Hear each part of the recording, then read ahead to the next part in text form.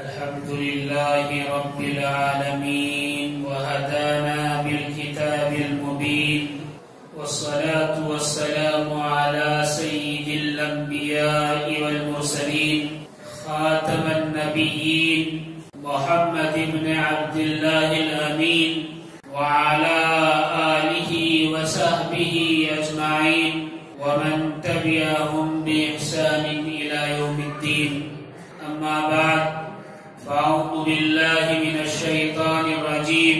بسم الله الرحمن الرحيم. من كان عدوا لله وملائكته ورسله وجبريل وميكال فإن الله عدو للكافرين. صدق الله العلي العظيم. وقال النبي صلى الله عليه وسلم لا يؤمن أحدكم حتى يكون أحب إليه من والده وولده والناس أجمعين أو كما قال عليه الصلاة والسلام. بزرگان محترم، نوجوانان اسلام اور عزیز طلباء، گزشتہ 2-3 جمعہ قبل چند گزارشات آپ کے سامنے میں نے رکھی تھی. آج بھی اسی موضوع پر آپ کے سامنے چند باتیں عرض کروں گا. جیسا کہ میں نے آپ سے عرض کیا تھا کہ اسلام دشمن، اللہ کے دشمن اور اللہ کے رسول صلی اللہ علیہ وسلم کے دشمن شاطم رسالت نبی پاک علیہ السلام کی شان میں گستاخی پر گستاخی کر رہے ہیں. ہالینڈ کی ایک سیاسی پارٹی جسے فریڈم پارٹی کہا جاتا ہے، اس کے سربراہ گریٹ ویلڈر نے ایک نمائش اور ایک آرٹ گیلری قائم کی ہے جس میں ساری دنیا سے نبی پاک علیہ السلام کے وہ خاکے یا وہ کارٹون جس میں آپ کا استہزاء کیا گیا ہے، مذاق اڑایا گیا ہے، یکجا کیے ہیں اور پھر ان پر انعامات رکھے ہیں اور ان کا مقابلہ رکھا ہے. یہ خاکے کچھ تو شائع کر دیے گئے اور کچھ اور 10 سپٹمبر تک شائع کر دیے جائیں گے. مزید یہ کہ باقاعدہ ان گستاخانہ کارٹون اور خاکوں کو ایک گرافک بک کی شکل میں مارکیٹ میں لانے کی تیاری کی جا رہی ہے. یہ گستاخانہ خاکے اور کارٹون سوشل میڈیا، فیس بک، ٹویٹر اور یوٹیوب اور گوگل وغیرہ پر بھی اپلوڈ کر دیے گئے، جو ہمارے لیے انتہائی تشویش کی بات ہے. میں نے قرآن کریم کی آیت آپ کے سامنے تلاوت کی ہے. من کان عدوا للہ وملائکتہ ورسلہ، جو کوئی اللہ رب العزت سے اور اللہ کے فرشتوں سے اور اللہ کے رسولوں سے دشمنی رکھے، اللہ رب العزت ارشاد فرماتے ہیں فَإِنَّ اللَّهَ عَدُوٌّ لِلْكَافِرِينَ، تو جان لو کہ بے شک اللہ رب العزت ان کو دشمن رکھتا ہے، دشمن سمجھتا ہے. یہاں صرف ایک رسول کی بات نہیں ہے، خاتم الانبیاء کی بات نہیں ہے. تمام انبیاء علیہ السلام اور تمام فرشتوں میں سے کسی ایک کو بھی اگر کوئی دشمن سمجھے تو اللہ رب العزت اس کے دشمن ہے. قرآن کریم نے صاف فرما دیا. یہاں ایک مسئلہ اور بھی ہے. کسی بھی نبی کی شان میں اگر گستاخی کرے کوئی، کسی بھی نبی کی شان میں، تو اس کو کوڑے مارے جائیں گے امت کے اجماع کے اعتبار سے. ساری امت کا اس بات پر اجماع اور فتویٰ ہے کہ اس کو کوڑے لگائے جائیں گے اگر اسلامی حکومت ہو. لیکن خاتم الانبیاء، سرور کائنات، احمد مجتبی حضرت محمد مصطفیٰ صلی اللہ علیہ وسلم کی شان میں اگر کوئی شخص گستاخی کرے تو امت کا اجماع اور فتویٰ یہ ہے کہ اسلامی حکومت اسے قتل کرے کرے گی، قتل سے کم کی سزا نہیں ہے۔ اس سلسلے میں نے پہلے بھی آپ کے سامنے چند باتیں رکھی تھی کہ اسلامی حکومت ہو یا ایسی حکومت جس کے تعاون سے اس پر عمل درآمد کیا جا سکے تو ٹھیک ہے، کیونکہ ہمارے ہندوستان کا قانون ہی الگ ہے، مسلمان مشکلات میں پڑ سکتے ہیں۔ یہ ایک تشویشناک بات ہے۔ اگر اس طرح کے خاکے آپ تک پہنچ جائیں تو انہیں فوراً ڈیلیٹ کر دیں، ضائع کر دیں۔ ان کا رکھنا یا شیئر کرنا درست نہیں ہے، اس لیے کہ ان کو رکھ کر دیکھنا یا اپنے دوست و احباب کو شیئر کرنا بذات خود گستاخی ہے۔ اگر کوئی کارٹون آپ تک پہنچ جائے سوشل میڈیا کے ذریعے تو اسے فوراً ضائع کر دیں، اس کی خبر تو پہنچائیں کہ فلاں نے مجھے بھیجا ہے، لیکن اس کو شیئر نہ کریں، اس کو دوسروں تک نہ پہنچائیں۔ یہ ہمارا دینی اور ملی اور نبی کریم صلی اللہ علیہ وسلم سے محبت رکھنے کا ایک فریضہ ہے۔ نبی پاک علیہ السلام کی شان میں گستاخی پہلے سے ہوتی آئی ہے۔ خود نبی پاک علیہ السلام کے زمانے میں کفار مکہ نے اور کفار عرب نے آپ کی شان میں گستاخیاں کی، اس کی ایک لمبی فہرست ہے۔ اور پھر ان 1400 سال میں بہت سارے گستاخ پیدا ہوئے جو اپنے کیفر کردار تک پہنچ گئے، یا اللہ رب العزت نے ان کو اس دنیا میں ہی بدترین سزائیں دی۔ واقعات بھی بہت ہیں، چند چیزیں آپ کے سامنے رکھوں تو بات سمجھ میں آئے گی۔ نبی پاک علیہ السلام چونکہ خاتم الانبیاء ہیں اور آپ کا لایا ہوا دین حتمی ہے، یوم آخرت تک یہی دین قائم اور دائم رہے گا، کوئی دوسرا دین اللہ رب العزت قبول نہیں فرمائیں گے۔ اس لیے آپ کی لائی ہوئی شریعت یا آپ علیہ السلام کی تعلیمات اور خود آپ علیہ السلام کو اگر کوئی شخص مذاق بناتا ہے تو اللہ رب العزت کے حکم کے مطابق، اگرچہ قرآن میں نہیں ہے لیکن نبی علیہ السلام کی احادیث اور روایات کے حساب سے اس شخص کا قتل واجب ہے۔ ایسے شخص کو بری نہیں کیا جا سکتا اگر اسلامی مملکت ہو تو۔ یہ اس لیے نہیں کہ نعوذ باللہ نعوذ باللہ نعوذ باللہ نبی کریم صلی اللہ علیہ وسلم اپنا مذاق پسند نہیں فرماتے، ایسا کچھ نہیں ہے، یہ اللہ کا حکم ہے۔ آپ نے دیکھا ہوگا نبی پاک علیہ السلام کی سیرت، کسی نے کچرا پھینک دیا تو بھی معاف کر دیا، کسی نے کانٹے بچھا دیے تو بھی معاف کر دیا، کسی نے تلوار سونت لی تو بھی معاف کر دیا، لیکن جہاں گستاخی کی زبان سے، چاہے وہ اشعار کے ذریعے، تقریر کے ذریعے یا کسی اور ذریعے سے، نبی پاک علیہ السلام نے اپنی حیات میں صحابہ کی موجودگی میں حکم فرمایا کہ اسے قتل کر دو۔ بہت ساری روایات ہیں، مختصر بیان کر دو۔ نبی پاک علیہ السلام کے بالمقابل ابی بن خلف آیا میدان جنگ میں، جو نبی پاک علیہ السلام کا مذاق اڑایا کرتا تھا، ہجوم بیان کرتا، آپ علیہ السلام کی شان میں گستاخیاں کرتا۔ نبی پاک علیہ السلام نے پہلی مرتبہ، یعنی پہلی اور آخری مرتبہ آپ کی حیات طیبہ میں آپ دیکھیں گے کہ نبی پاک علیہ السلام نے کسی کو قتل نہیں کیا، لیکن اللہ کے حکم کے موافق ابی بن خلف کو نبی پاک علیہ السلام نے تلوار سے چرکا دیا، ایک خراش ماری، بہت معمولی سی خراش تھی، آپ چاہتے تو اسے قتل کر دیتے، لیکن رحمت للعالمین آپ کو بنا کر بھیجا گیا تھا، آپ جانتے تھے جس پر میں نے تلوار اٹھا لی اس کا قتل ہو گیا۔ نبی پاک علیہ السلام نے ہلکی سی خراش ماری تو اس خراش کی تکلیف اتنی بڑھی کہ 3 دن کے اندر وہ مر گیا۔ کفار مکہ نے کہا کہ یہ تو معمولی سا زخم ہے، لیکن ابی بن خلف نے کہا کہ کہ نہیں، یہ محمد الرسول اللہ کا مارا ہوا زخم ہے، میں اس میں جی نہیں سکتا، اور وہی ہوا۔ 3 دن کے بعد وہ واصل جہنم ہوا۔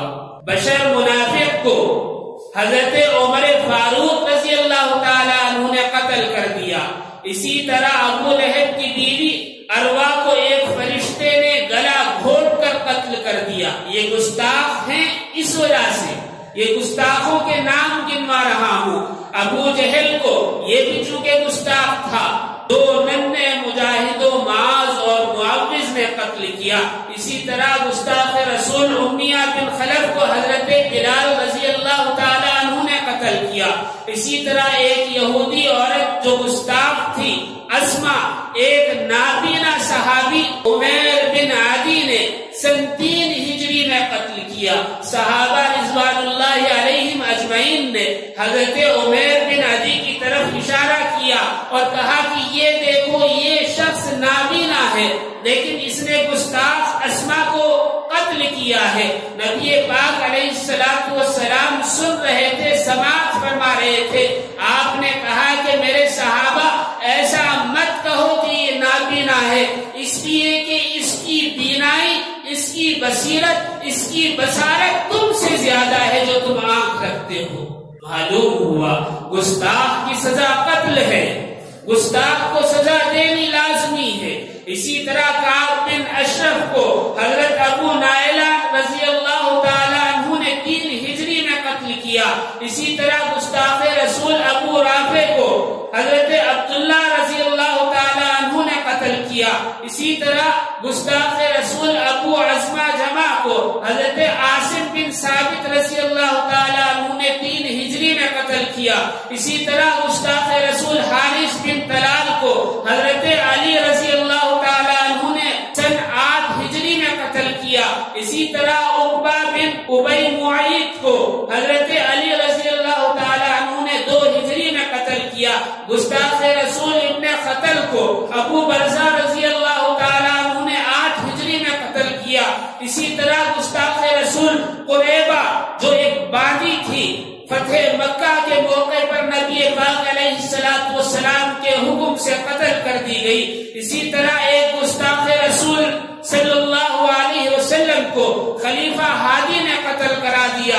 اسی طرح ریجی فارڈ جو عیسائی گورنر تھا، صلاح الدین ایوبی نے اسے قتل کرایا۔ اسی طرح یولو جیس پادری کو فرزند ابو عبد الرحمن اندلوسی نے قتل کیا۔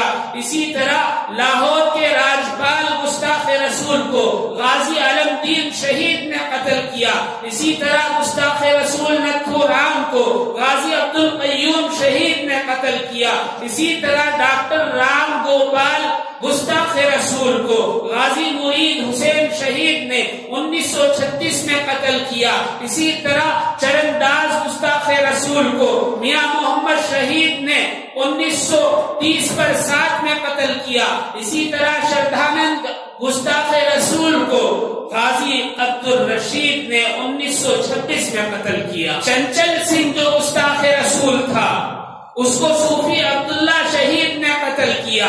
میجر ہردیال سنگھ کو بابو معراج دین شہید نے قتل کیا۔ عبد الحق قادیانی کو حاجی محمد مانک نے قتل کیا۔ بھوشت عرف بھوشو کو بابا عبد المنان نے قتل کیا۔ نیمو مہاراج کو عبد الخالق قریشی نے قتل کیا۔ لیکھ رام آریہ سماجی کو ایک مسلمان نامعلوم نے قتل کیا۔ ویر بھان کو ایک نامعلوم مسلمان نے قتل کیا۔ سلمان تاثیر کو ملک ممتاز حسین قادری نے قتل کیا۔ مدعی نبوت اور گستاخ رسول قادیانی کو غازی تنویر قادری نے قتل کیا۔ میں یہاں یہ فہرست اس لیے گنوا رہا ہوں تاکہ معلوم ہو کہ ہر زمانے میں گستاخ ہوئے ہیں اور اللہ رب العزت نے کسی نہ کسی کے ذریعے ان کو سزا دلوائی ہے، اور جو بچ گئے اللہ رب العزت نے انہیں ایسی سخت تکالیف میں مبتلا کر دیا کہ وہ عبرت کا مقام بن گئے لوگوں کے لیے۔ گزشتہ مرتبہ میں نے چند مثالیں آپ کے سامنے رکھی تھی، آج بھی 2-3 باتیں آپ کے سامنے عرض کر دوں۔ علمدین شہید نے، جیسا کہ میں نے گزشتہ مرتبہ عرض کیا، راجپال کو قتل کیا لاہور میں، اور ایک کتے نے ایک فادر کو قتل کر دیا محبت رسول صلی اللہ علیہ وسلم نے۔ یہ واقعہ دیکھ کر 40,000 لوگوں نے اسلام قبول کیا تھا اس مجلس کے اندر۔ نبی پاک علیہ السلام کی محبت ایمان کا بنیادی جز ہے۔ میں نے پہلے بھی عرض کیا تھا کہ نبی پاک علیہ السلام کی حدیث ہے، لا یؤمن احدکم حتی یکون احب الیہ من والدہ وولدہ والناس اجمعین، کہ تم میں سے کوئی اس وقت تک کامل ایمان والا نہیں ہوگا جب تک کہ وہ اپنی آل اولاد اور تمام لوگوں سے زیادہ مجھ سے محبت نہ کرنے لگے۔ حضرت عمر فاروق رضی اللہ تعالی عنہ نے فرمایا کہ اے اللہ کے نبی، میں ہر چیز سے بڑھ کر آپ سے محبت کرتا ہوں، لیکن اپنی جان سے زیادہ بڑھ کر آپ سے محبت نہیں کر سکتا۔ ایک فطری تقاضا ہے، انسان کی جان پر جب بن آتی ہے تو وہ ہر چیز کو بھول جاتا ہے۔ آقا نامدار محمد عربی صلی اللہ علیہ وسلم نے ارشاد فرمایا، عمر تمہارا ایمان ابھی بھی نامکمل ہے، یعنی آقا نامدار صلی اللہ علیہ وسلم سے اپنی جان سے بھی زیادہ اگر محبت کرے تو ہی ایمان پورا ہوگا، ورنہ نہیں۔ حضرت عمر فاروق رضی اللہ تعالیٰ عنہ نے اپنے آپ کو اندر سے ٹٹولا تو فرمایا کہ اے اللہ کے نبی، میں اپنی جان اور ہر چیز سے بڑھ کر آپ سے محبت کرتا ہوں۔ نبی پاک علیہ السلام نے ارشاد فرمایا، عمر تمہارا ایمان اب مکمل ہوا ہے، تمہارا ایمان اب مکمل ہوا ہے۔ ایک زمانہ تھا جب گستاخی کرنے سے کب کپاتے تھے، اور ایک آج کا دور ہے کہ گستاخیوں پر گستاخیاں کی جا رہی ہے اور ہمارے کان پر جوں تک نہیں رہتی۔ ایک زمانہ تھا کہ نبی پاک علیہ السلام کے متعلق کوئی لفظ کہنا بہت مشکل تھا، بہت مشکل تھا۔ ترکی حکومت بڑی لمبی چوڑی حکومت تھی، قریباً 700 سال خلافت کا دور چلا، اور ان 700 سال میں اس سے زیادہ پائیدار حکومت مسلمانوں کی کوئی نہیں رہی۔ نبی پاک علیہ السلام کی محبت اس حکومت میں ایسی تھی کہ حکومت کے کارندگان نے خلیفہ سے مشورہ کر کے خلیفہ کے حکم پر ایک مکان تعمیر کرایا استنبول میں، اور اس مکان کے اندر 100 حفاظ کو رکھا قرآن کریم کی تلاوت کے لیے۔ 8 گھنٹے وہ 100 حفاظ کرام قرآن کریم پڑھا کرتے۔ جب 8 گھنٹے پڑھ کر وہ تھک جاتے تو ان کی جگہ 100 حافظ اور آتے، اور وہ 100 حافظ ان کی جگہ بیٹھ کر قرآن کریم پڑھتے، اور پھر 8 گھنٹے جب ان کے پورے ہونے کے قریب آتے تو ان کے جانے سے پہلے پھر 100 حفاظ کرام وہاں آتے اور قرآن کریم کی تلاوت کرتے۔ نہ کوئی چھٹی، نہ کوئی تہوار کے موقع پر تعطل، بلکہ یہ سلسلہ 24 گھنٹے اور پورے مہینے، سال بھر، 2-4 سال نہیں بلکہ 335 سال تک 24 گھنٹے قرآن کریم کی تلاوت 100 حفاظ کرتے رہے، اور پھر اس کا ثواب جو کچھ تھا وہ نبی پاک علیہ السلام کو پہنچایا گیا۔ یہ ایسی حکومت تھی۔ خلافت بچانے کے لیے ہندوستانی علماء نے بہت جد و جہد کی اور اپنی قربانیاں دی، اپنا مال پیش کیا۔ آج بھی ترکی کی عوام ہندوستان اور پاکستانی لوگوں کو ہاتھوں ہاتھ لیتے ہیں اور کہتے ہیں کہ آپ کی عورتوں نے ہماری خلافت بچانے کے لیے اپنے زیورات دے دیے تھے، آپ لوگوں نے اپنی جانیں نذرانے میں پیش کر دی تھی۔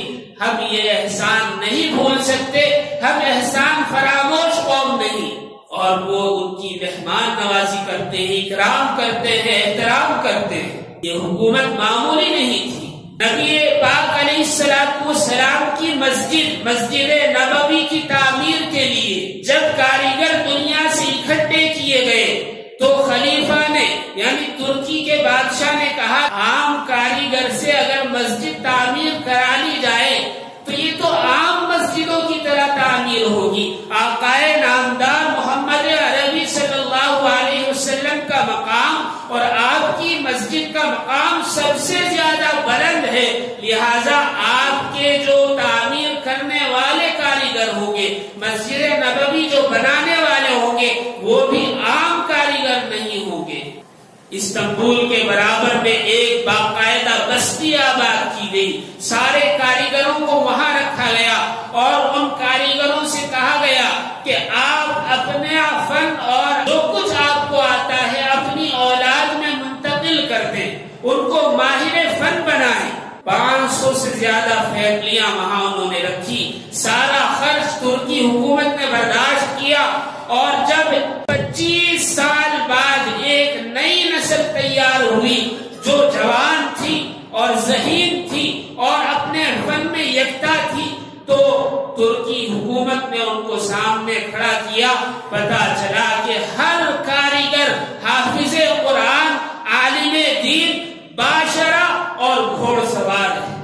ایسی نسل کو ترکی سے وہ لے کر مدینہ لائے اور اس نئی نسل نے جس میں سے ہر آدمی حافظ تھا ہتھوڑا مار رہا ہے تو اللہ اکبر، ہتھوڑا مار رہا ہے تو نبی پاک علیہ السلام پر درود پڑھ رہا ہے. اس طرح مسجد نبوی کی تعمیر کی. ایسے جذبات، ایسی محبت رکھنے والی ترکی حکومت کے آخری فرمانروا خلیفہ عبد الحمید خان آخری خلیفہ گزرے ہیں. ان کو معلوم ہوا کہ فرانس کی حکومت نے نبی پاک علیہ السلام کی شان میں گستاخی کرنے کے لیے ایک تھیٹر بنایا ہے اور اس تھیٹر میں آقائے نامدار محمد عربی صلی اللہ علیہ وسلم کی فلم بنا کر چلائی جائے گی. یہ واقعہ 1900 کچھ کا ہے، یعنی 5 یا 10 کی بات ہے.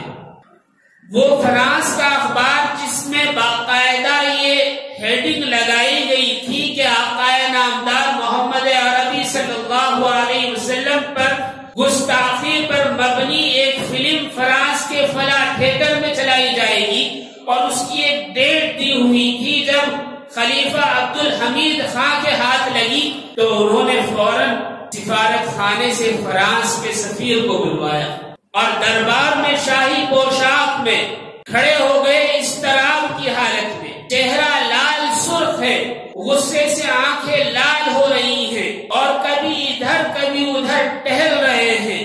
غصے کے عالم میں کسی درباری کو اتنی جرأت نہیں کہ آپ سے کوئی سوال کرے اور بیٹھ جائے. خلیفہ گردش میں ہے. سفیر داخل ہوا تو خلیفہ نے اشارہ کیا کہ دربار میں کھڑے رہو، بیٹھنے کی اجازت نہیں ہے. سفیر نے جب سنا تو سمجھ گیا کہ کوئی معمولی بات نہیں ہے. خلیفہ نے کہا کہ تم فرانس کے سفیر ہو؟ کہا کہ جی ہاں. کہا کہ دیکھو ہم محمد عربی صلی اللہ علیہ وسلم کے ماننے والے اور آپ پر جان قربان کرنے والے ہیں. آقائے نامدار محمد عربی صلی اللہ علیہ وسلم کے متعلق جب بھی کسی نے گستاخی کی تو ہم نے یا تو اس کا سر قلم کر دیا یا ہم اس کو قتل کرنے کی وجہ سے خود قتل ہو گئے. لیکن ہمیں یہ گوارا نہیں کہ آقائے نامدار محمد عربی صلی اللہ علیہ وسلم کے بارے میں کوئی لب کشائی کرے، کوئی گستاخی کی جرأت کرے. اگر موقع ہوا تو میں بھی اپنی جان نشاور کر دوں گا. پھر سلطان عبد الحمید نے سفیر کی جانب قدم بڑھانا شروع کیے. ایک قدم رکھا تو کہا کہ تم جانتے ہو میں کون ہوں؟ کہا کہ میں جانتا ہوں کہ آپ ترکی کے سلطان ہیں. کہا کہ خاموش رہو، میں بخارا کا بادشاہ ہوں. پھر ایک قدم بڑھایا تو کہا کہ میں موصل کا بادشاہ ہوں. پھر ایک قدم بڑھایا تو کہا کہ میں دمشق کا بادشاہ ہوں. پھر ایک قدم بڑھایا تو کہا کہ میں لبنان کا بادشاہ ہوں. پھر ایک قدم بڑھایا تو کہا کہ میں ایران کا بادشاہ ہوں. پھر ایک قدم بڑھایا تو کہا کہ بادشاہ ہوں، پھر ایک قدم بڑھایا تو کہا کہ میں فلسطین کا بادشاہ ہوں، پھر ایک قدم بڑھایا تو کہا کہ میں قسطنطنیہ کا بادشاہ ہوں، پھر ایک قدم بڑھایا تو کہا کہ میں استنبول کا بادشاہ ہوں، پھر ایک قدم بڑھایا تو کہا کہ میں ترکی کا بادشاہ ہوں، پھر ایک قدم بڑھایا اور کہا کہ میں ساری اسلامی سلطنت کا خلیفۃ المسلمین ہوں اور بادشاہ ہوں۔ یہ کہہ کر سلطان عبد الحمید بالکل سفیر کے آنکھوں میں آنکھیں ڈال کر سامنے جا کر کھڑے ہو گئے۔ سفیر کے جسم پر کپ کپی طاری ہو گئی اور آنکھیں زمین کی طرف گڑ گئی۔ جرأت کی وجہ سے، ہیبت کی وجہ سے، جلال کی وجہ سے، غصے کی وجہ سے سفیر آنکھیں اٹھا کر دیکھ نہیں پا رہا تھا، لرز رہا تھا، کانپ رہا تھا، پسینے میں شراب اور تھا۔ سلطان عبد الحمید نے وہ اخبار جو فرانس سے چھپا تھا، جس میں تھیٹر میں نبی پاک علیہ السلام کی شان میں گستاخی کے متعلق خبر شائع کی گئی تھی، سفیر کے منہ پر مارا اور کہا کہ دیکھ اس میں کیا چھپا ہے۔ سفیر نے لرزتے ہاتھوں کے ساتھ وہ اخبار اٹھایا اور کانپتے ہوئے کہا کہ حضور آپ کیا چاہتے ہیں؟ خلیفہ عبد الحمید خان نے کہا کہ اگر تم نے اس گستاخی کو نہ روکا تو اللہ کی قسم، مجھے اللہ کے محبوب کی قسم، میں یورپ کی اینٹ سے اینٹ بجا دوں گا، میں تمہیں تباہ کر دوں گا، میں تمہیں برباد کر دوں گا۔ سفیر نہ کا یہ سننا تھا کہ وہ الٹے قدموں بھاگا، سفارت خانے پہنچا اور سفارت خانے سے سب سے پہلے برق رفتار کسی پیغامبر کے ذریعے فرانس کی خبر پہنچائی کہ اگر ترکی کے بادشاہ کا غیظ و غضب برداشت نہیں ہے، ترکی کی حکومت سے جنگ منظور نہیں ہے تو اس تھیٹر کو بند کر دو۔ وہاں سے پوچھا گیا کیوں؟ کہا کہ یہ پوچھنے کا وقت نہیں ہے، یہ عمل کرنے کا وقت ہے، اس لیے کہ میں نے خلیفۃ المسلمین عبد الحمید کی آنکھوں میں وہ آگ اور وہ شعلے دیکھے ہیں، نبی پاک علیہ السلام کی وہ محبت اور وہ الفت دیکھی ہے کہ اگر ہم نے یہ تھیٹر بند نہیں کیا تو تم اپنی زندگی میں فرانس اور یورپ کو جلتا اور مرتا ہوا دیکھو گے۔ جو میں دیکھ کر آ رہا ہوں تم نہیں جانتے کہ وہ کیا معاملہ تھا۔ کہا کہ کیا ہوا؟ کہا سلطان عبد الحمید نے فوجوں کو بیرکوں سے نکلنے کا حکم دے دیا ہے اور وہ فرانس کی طرف بڑھ رہی ہیں، توپ خانے باہر نکال دیے گئے ہیں، اسلحہ چمکایا جا رہا ہے اور فرانس کی اور یورپ کی طرف لشکر کشی کی جا رہی ہے۔ اگر اس تھیٹر کو بند نہ کیا گیا تو یورپ پر اسلامی پرچم لہرا جائے گا۔ بہت پرانی بات نہیں، بہت پرانی بات نہیں، صرف 110 سال پرانی بات آپ سے عرض کر رہا ہوں۔ فرانس نے گھٹنے ٹیک دیے، سر جھکا دیا اور پیغام بھجوایا کہ عبد الحمید خان خلیفۃ المسلمین جو چاہتے ہیں وہی ہوگا۔ نہ صرف ہم نے وہ فلم ضائع کر دی ہے بلکہ ہمیشہ ہمیش کے لیے اس تھیٹر کو بھی مقفل کر دیا، بند کر دیا، اب کبھی نہیں کھولا جائے۔ یہ جرأت تھی، یہ بہادری تھی، یہ محبت رسول تھی، یہ الفت رسول صلی اللہ علیہ وسلم تھی اہل ایمان کے دلوں میں۔ اس کی وجہ کیا تھی؟ آج زبان میں وہ تاثیر کیوں نہیں؟ آج کوئی عبد الحمید کیوں نہیں ہے؟ اتنی ساری اسلامی حکومتیں ہیں، کوئی عبد الحمید نظر نہیں آتا۔ نتیجہ کیا ہوا؟ اس واقعے کو دیکھ کر سارے یورپ نے ایک لمبی پلاننگ کی جس کا رزلٹ یہ نکلا کہ ترکی کو مجبور کر دیا اور 100 سال تک، یعنی ابھی 2023 تک اس پر پابندیاں ہیں بہت ساری۔ یہ صرف اس لیے کہ محبت رسول کی وجہ سے کہیں یورپ کا خاتمہ نہ ہو جائے۔ آج جو لوگ کہتے ہیں کہ ترکی کا معاملہ وہ سیاسی ہے، سیاسی نہیں ہے، رسول اللہ صلی اللہ علیہ وسلم کی محبت و الفت کا نتیجہ ہے جو اس پر پابندیاں ہیں۔ جو ٹکراؤ عیسائی دنیا سے ترکی کا ہو رہا ہے وہ آقا نامدار محمد عربی صلی اللہ علیہ وسلم کی کوئی عبدالحمید کیوں پیدا نہیں ہوتا؟ اس لیے نہیں ہوتا کہ ہم نے دشمنوں کی چیزیں اپنے پیٹ میں رکھ لی ہیں، اپنے جسم پر اوڑھ لی ہیں، اپنے گھروں میں سجا لی ہیں، جن سے دشمنوں کی الفت و محبت ہمارے دلوں میں بیٹھ گئی ہے۔ ایک زمانہ تھا جب خلیفہ مستنصر باللہ کے دور میں ساری عیسائی دنیا نے مل کر بیت المقدس پر حملہ کیا اور ایک شہر کو فتح کر کے 90,000 مسلمانوں کا قتل کر دیا، یہاں تک کہ صرف ایک بوڑھا اس شہر میں بچا۔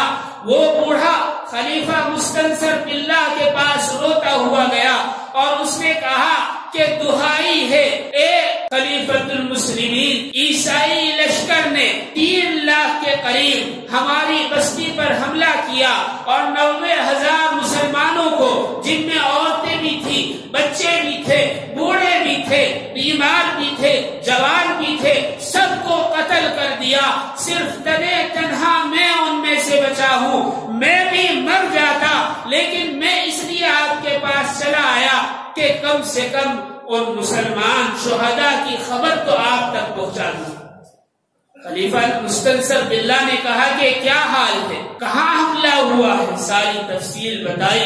اس بوڑھے نے روتے ہوئے کہا کہ قرآن کریم نے، نبی پاک علیہ السلام کی روایات نے ہمیں بتا دیا تھا کہ کبھی یہودی اور نصرانی عیسائی مسلمانوں کے دوست نہیں ہو سکتے۔ وہی ہوا، آپ نے ان سے جنگ بندی رکھی، نتیجہ یہ ہوا کہ انہوں نے شب خون مارا ہے۔ اور آپ کو میں بتا دوں کہ میرے پوتے کو انہوں نے ذبح کیا اور اس کے کباب بنا کر میری بہو کو مجبور کیا کہ اس کے کباب کھائیں۔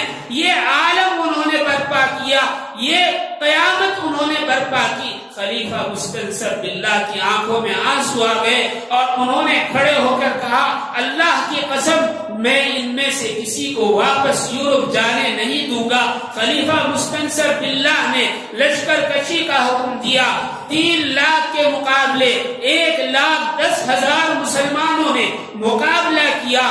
صرف ایک دن کی جنگ میں ان 3 لاکھ لوگوں کو جو یورپ سے مسلمانوں کو قتل کرنے کے لیے ایشیا میں آئے تھے، فلسطین میں آئے تھے، خلیفہ مستنصر باللہ نے قتل کر دیا۔ صرف بچایا کس کو، مارا کس کو نہیں، جو ان میں عورتیں تھیں، جو بچے تھے اور جو پادری ان کے ساتھ آئے تھے، فادر آئے تھے، ان کو چھوڑا۔ یہ مسلمان کا دل ہے۔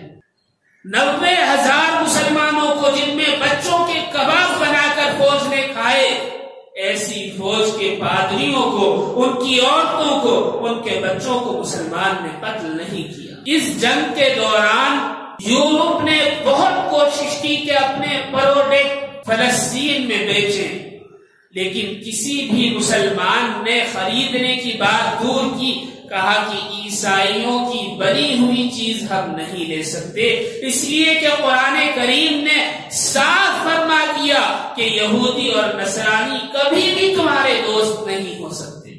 اور پھر صلاح الدین ایوبی کے دور میں سارے یورپ نے کوشش کی کہ اپنا مال ایشیا میں لا کر بیچیں، لیکن کسی مسلمان نے ایک سوئی تک نہیں خریدی۔ جہاں مسلمانوں کی بہادری، مسلمانوں کی جرأت، مسلمانوں کی جنگی حکمت عملی کار فرما تھی، وہاں ایک اہم سبب یورپین چیزوں کی خریداری سے ممانعت اور ان کا رد بھی تھا، اور اپنا پیسہ یورپ اور دشمنوں کو نہیں دیا، جس کی وجہ سے ان کی کمر کمزور ہو گئی۔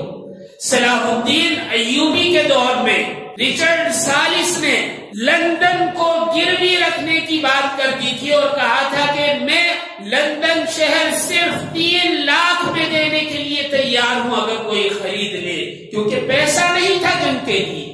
وجہ یہ تھی کہ مسلمانوں نے مکمل بائیکاٹ کر دیا تھا اور کہا تھا کہ ہم دشمن اور شاتم رسول اور نبی پاک علیہ السلام کو برا بھلا کہنے والی قوم کی بنائی ہوئی چیزیں فری بھی نہیں لے سکتے، کسی نے نہیں خریدی۔ نتیجہ یہ ہوا اقتصادی کمر ٹوٹ گئی۔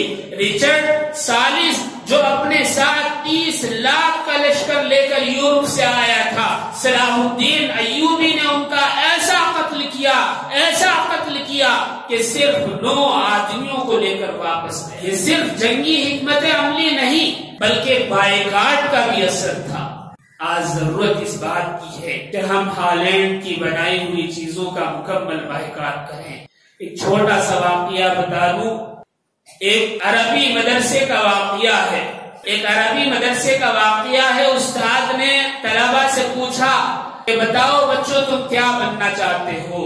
ایک طالب علم کھڑا ہوا، اس نے کہا کہ حضرت میں استاد بننا چاہتا ہوں، ٹیچر بننا چاہتا ہوں۔ دوسرے نے کہا کہ حضرت میں پروفیسر بننا چاہتا ہوں۔ تیسرے نے کہا کہ حضرت میں مصنف بننا چاہتا ہوں۔ چوتھے نے کہا کہ حضرت میں ڈاکٹر بننا چاہتا ہوں، طبیب بننا چاہتا ہوں۔ پانچویں نے کہا کہ حضرت میں شیخ بننا چاہتا ہوں۔ کسی نے کہا کہ میں خطیب بننا چاہتا ہوں۔ کسی نے کچھ کہا، کسی نے بزنس مین کہا۔ تمام بچوں کو ٹیچر نے پوچھا اور سب نے جواب دیا۔ ایک کونے میں ایک چھوٹا سا بچہ، عمر 8 یا 9 سال ہوگی، بیٹھا ہوا ہے، خاموش ہے، نظریں زمین کی طرف ہیں، کسی سوچ میں مگن ہے۔ استاد نے پوچھا بیٹا ابو بکر یہ تو بتاؤ تم کیا بننا چاہتے ہو؟ اس نے نظریں اٹھائی اور استاد کی طرف بڑی معصومیت سے دیکھا اور کہا کہ حضرت میں اگر بننا چاہتا ہوں تو میں سلطان نور الدین زنگی بننا چاہتا ہوں۔ استاد کو ایک دم شاک لگا اور کہا کہ یہ سلطان نور الدین زنگی کی بات کرتا ہے۔ کہا کہ تم سلطان نور الدین زنگی کیوں بننا چاہتے ہو؟ کہا کہ میری ماں کہتی ہے اگر تم سلطان نور الدین زنگی بنو گے تو تمہیں شاطم رسول کے قتل کا شرف حاصل ہوگا اور آقا نامدار صلی اللہ علیہ وسلم کی زیارت نصیب ہوگی۔ اس کے پیچھے ایک واقعہ ہے۔ سلطان صلاح الدین ایوبی کی جس شخص نے تربیت کی وہ سلطان نور الدین زنگی رحمت اللہ علیہ ہیں۔ آقا نامدار صلی اللہ علیہ وسلم نے سلطان نور الدین زنگی کے خواب میں جب وہ مصر کے اندر تھے آ کر ارشاد فرمایا کہ یہ 2 زندیق مجھے تنگ کر رہے ہیں۔ سلطان نور الدین زنگی نے فوراً اپنے مختصر سے سپاہیوں کو لیا اور 16 دن کی مسافت طے کر کے مدینہ پہنچے اور سارے مدینے کو اپنے سامنے بلا لیا۔ ایک ایک آدمی کا چہرہ دیکھا لیکن کہا کہ وہ زندیق اور وہ گستاخ ان میں نہیں ہیں جن کے متعلق نبی پاک علیہ السلام نے ارشاد فرمایا تھا۔ کسی نے کہا کہ 2 بزرگ اور موجود ہیں، ہو سکتا ہے وہ ہوں لیکن وہ گستاخی نہیں کر سکتے، وہ تو سارا دن ذکر و اذکار کرتے ہیں، درود پاک میں رہتے ہیں، وہ بھلا کیسے گستاخی کرتے ہیں؟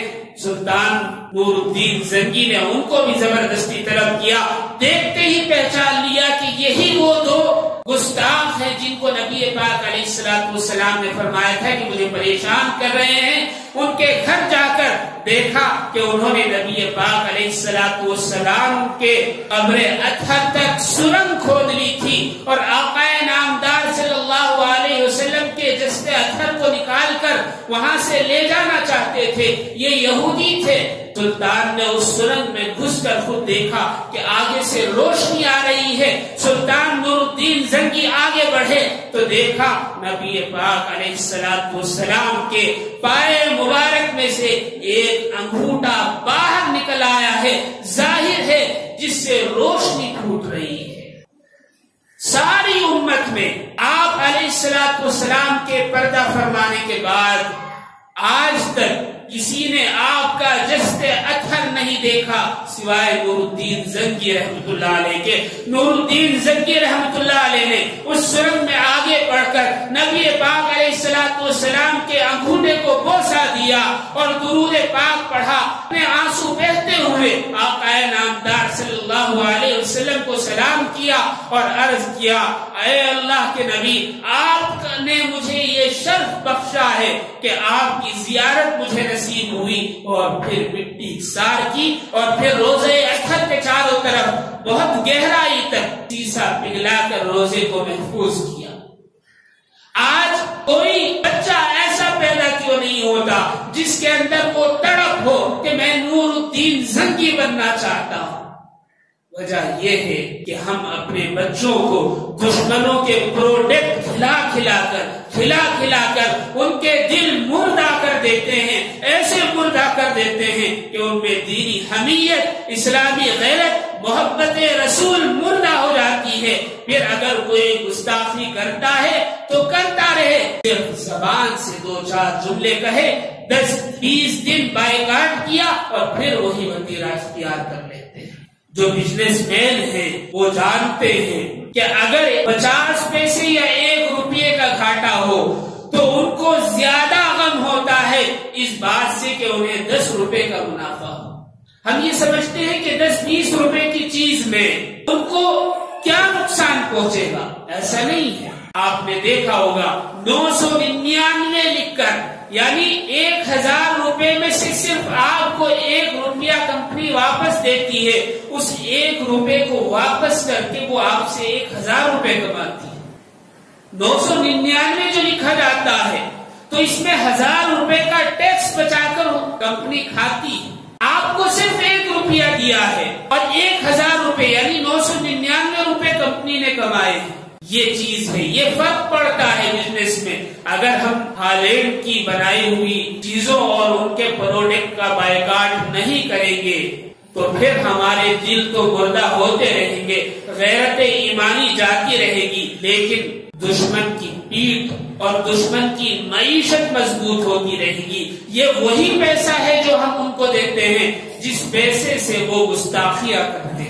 یہ جو مقابلہ ہالینڈ میں کیا جا رہا ہے، اس میں جو اول، دوم، سوم یعنی فرسٹ اور سیکنڈ، تھرڈ پوزیشن آنے والے کارٹونسٹ ہوں گے، ان کو لاکھوں اور کروڑوں ڈالر کے انعامات دیے جائیں گے۔ یہ وہ انعامات ہیں جو ہماری کمائی یعنی ہم نے جو ان سے خریداری کی ہے اس کے منافع سے دیا جائے گا۔ اس سلسلے میں ساری دنیا کے مسلمان احتجاج بھی کر رہے ہیں اور بائیکاٹ بھی کر رہے ہیں۔